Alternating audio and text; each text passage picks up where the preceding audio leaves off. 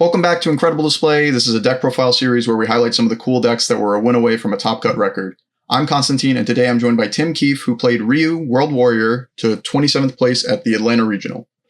And so, usually, I always ask at the beginning, going into the event, what is it that made you choose this character? Why did you pick Ryu for this event? So, like a lot of people, I was trying to play Driven by Retribution. Looking for a deck that could run that card given, all the hype around equipment heist decks.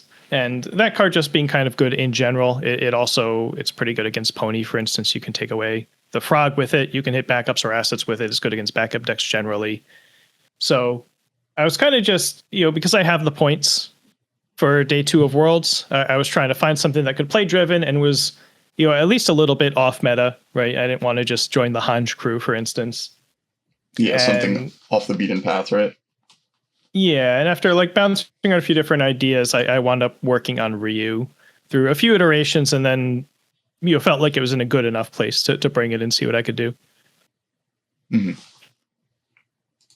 That makes sense. And then sort of fleshing it out more past just the meta tech of the deck, what was the game plan for the list? Like, what is your offense like? How are you typically winning your games?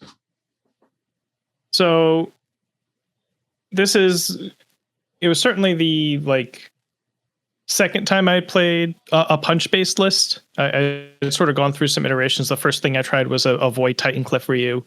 And then I tried something that was 3x maining Titan Stone Knuckles and trying to use that to fuel an offense. And then those didn't quite feel right. And so I wound up trying an all punches lineup so I could run Knuckle Sandwich, which is, a 4 low 9, possibly a 6 low 9 de facto in Ryu if you hit the combo if they've taken damage. But because you're Ryu, they like to take damage, right? They like to partial block stuff. So it's a really, really effective card for him.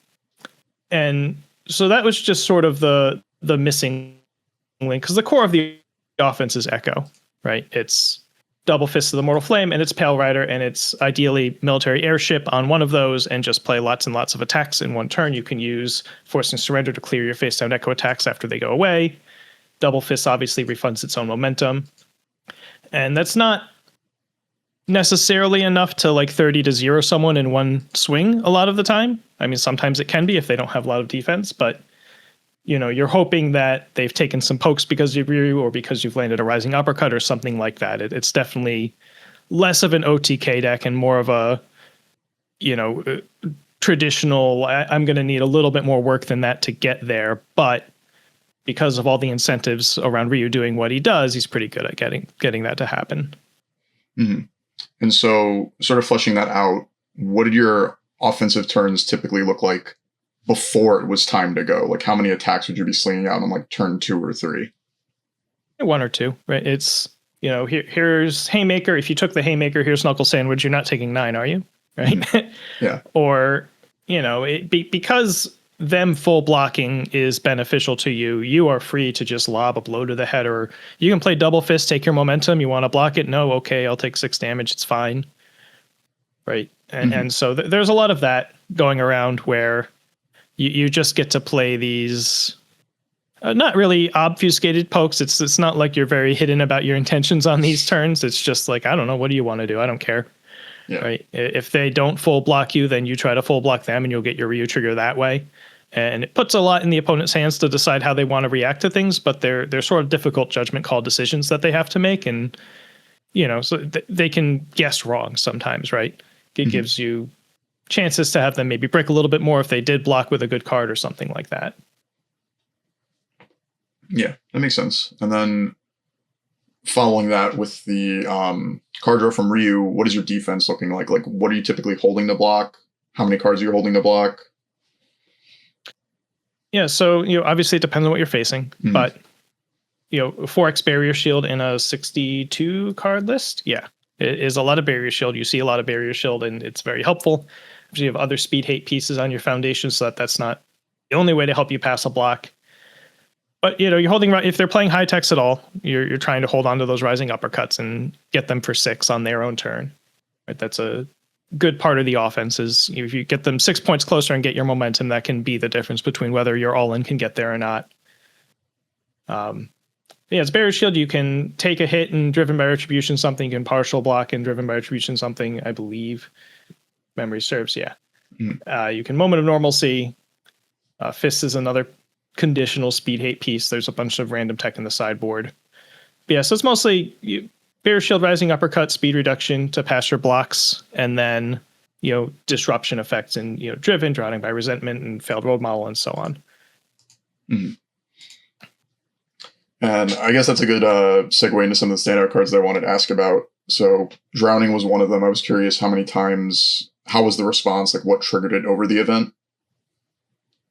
So it gets triggered, let's see, it gets triggered by Hunter's Ally against Pony. That's very useful.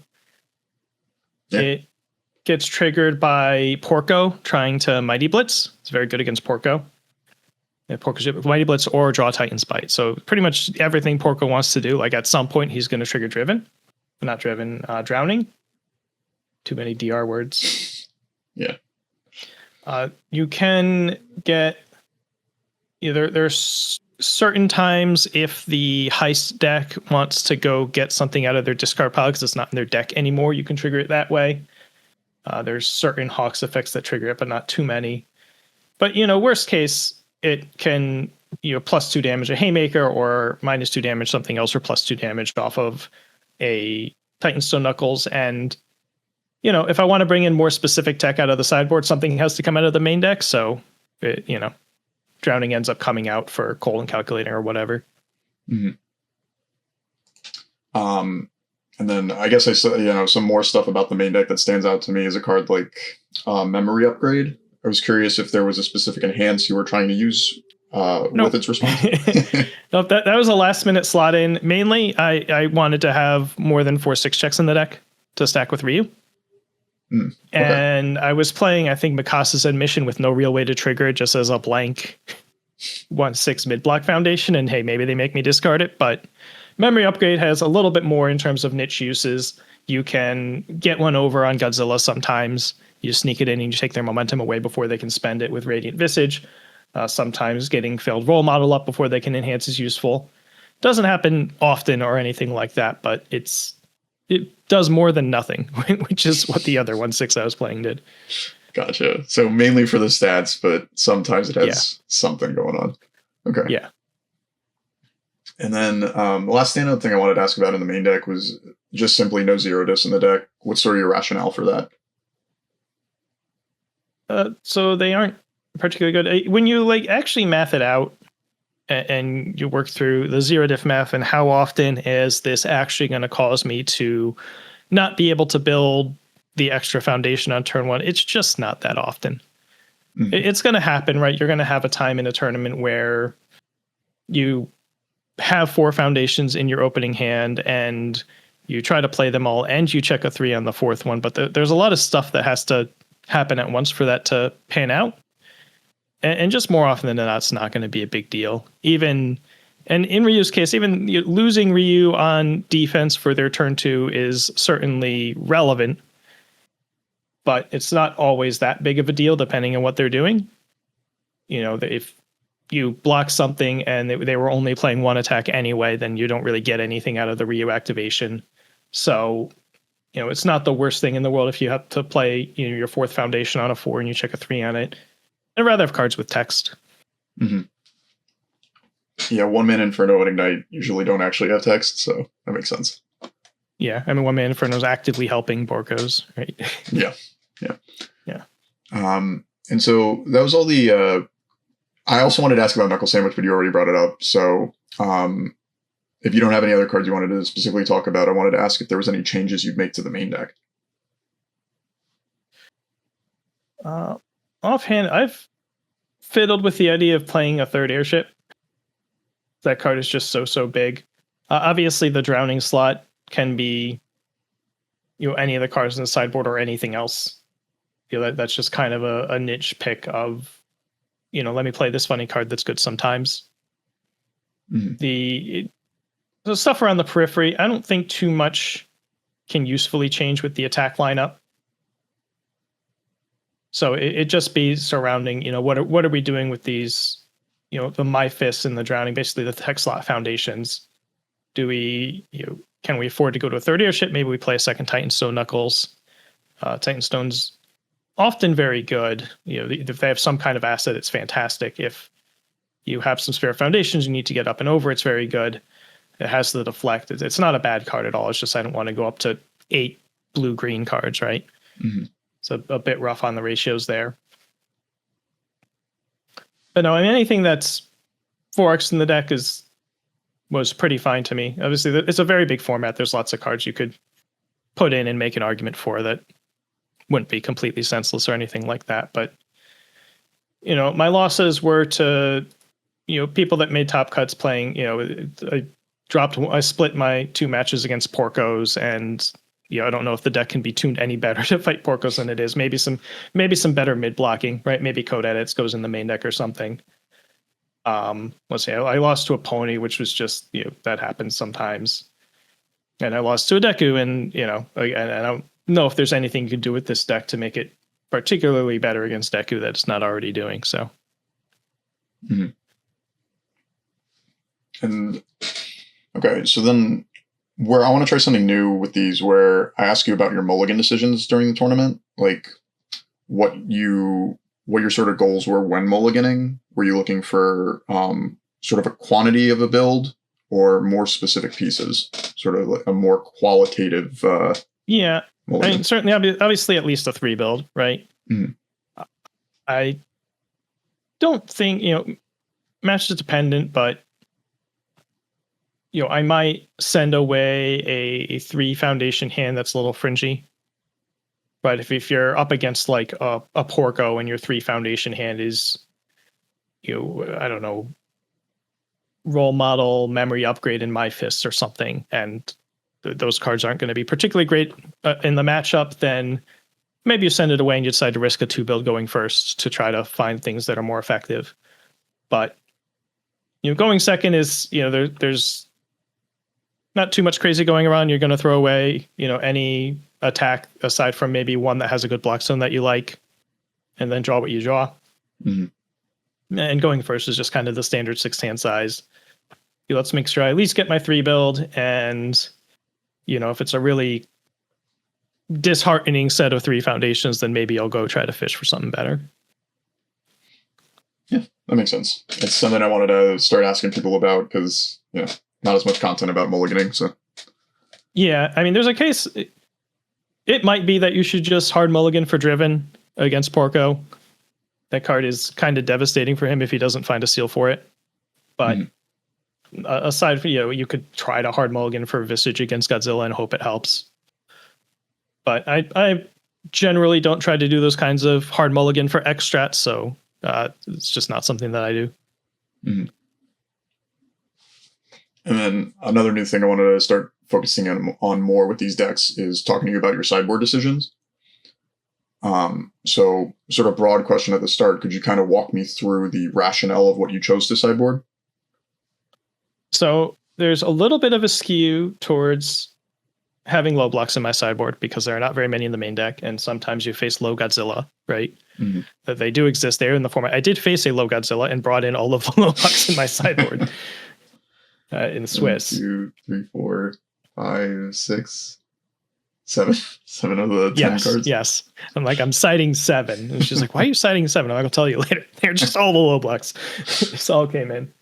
They're all just kind of trying to shore up stuff. Cold and Calculating is the world's most expensive surprising skill, but it is what it is. It's what we have access to. It does have a low block on it. So that was a pretty useful one, right? You're trying to do things like Driven by Retribution them, and if their plan to deal with your foundations is to commit them down with the Chimera Kraken or something, then you want to be able to keep that piece up or keep Moment of Normalcy up, or pretty much any deck that had point committal, this thing was coming in.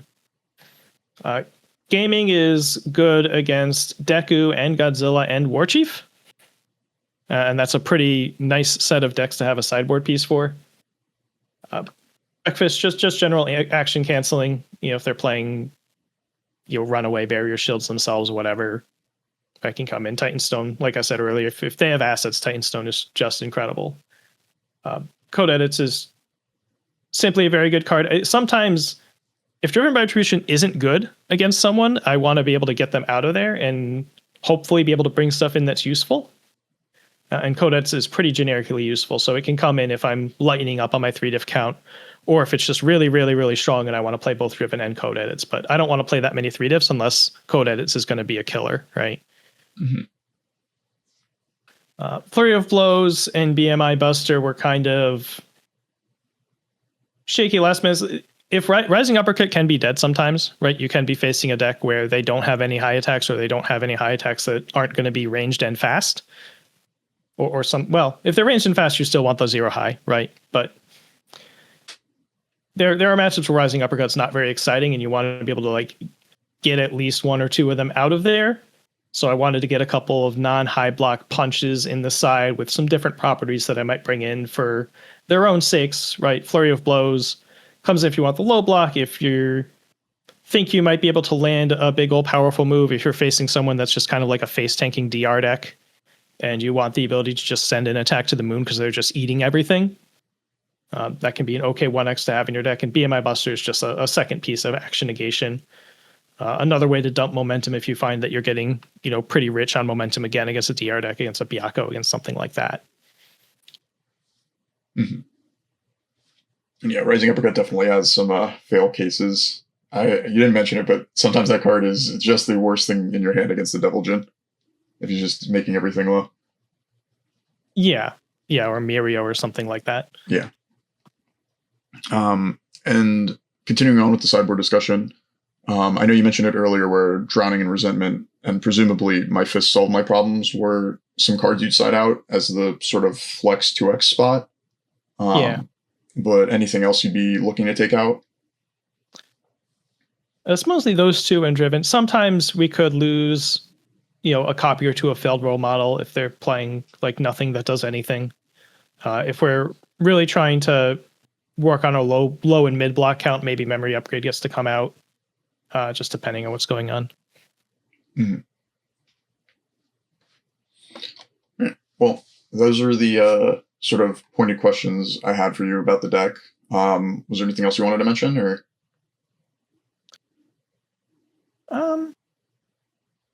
Not in general. Ryu is, but between the card draw and the cards like Barrier Shield and the Speed Hate pieces and the Rising Uppercuts, this deck is pretty good at blocking, and that gives you a lot more of a chance into the aggro decks than people necessarily give credit for right now. Really, his struggle is figuring out how to kill people that are doing a pretty good job of defending themselves. I would say 2 of my 3 match losses were not because of my defense, but because the offense was a little shaky. It's a little iffy, right? You're trying to land a bunch of like normal-ish speed, 7 damage moves, 8 damage moves, that kind of thing. And so, against a pony defense or against Deku taking some enhanced steps away, it can get really tricky to pull that off if they're defending correctly. Mm-hmm. So, in terms of looking for stuff from future sets or other things to look around to maybe try to include in something like this, I would definitely be trying to see if there are some things coming around that can help get through those really defensive decks. Like I said, first I try to avoid build, and you get to play like Web of Blades there, for instance. I joke around that if I actually faced one of the Hanjas, like if I won one more round somewhere and I got into the Hanj 1 Derby, where there was just all these Hanjas at top tables, I don't know if either of those decks kill each other. It might have been destined for a 0-0 draw because I don't think they're landing Titan Pile, and I'm not doing 80. So the offense is a little bit suspect here, but the defense and just the utility and the tech is all very good. So, mm-hmm. And then finally, I always ask, any shout outs you want to give? Yes, the usual shout outs to RochesterCCG and the Rochester local crew and putting up with me playing random stuff at locals. I believe when I played the Void build, Jesse milled me out with April. And that's usually a sure sign of like, all right, this isn't it. This isn't, if they just get to like sit there and mill us out, our offense isn't good enough. And yeah. I don't necessarily know if the fire build would have done too much better, but at least we have blow to the head and you can't go into deep deadlock without a care in the world. So something. Mm-hmm. Awesome. And I always jump in with a shout out for Metaversus on UVS Ultra. Yes. They're a fantastic database of all the regional decks from this year. And they're even on the very top of UVS Ultra now on the banner right next to tournament decks. It really helps me a lot making these videos, and it's a great resource for anyone who wants to see data from an event. So huge shout out to Metaverses. But thank you for coming on, Tim, chatting with me about the deck. Yeah. And everyone watching, make sure to like, leave a comment, and subscribe to the channel. Have a good day.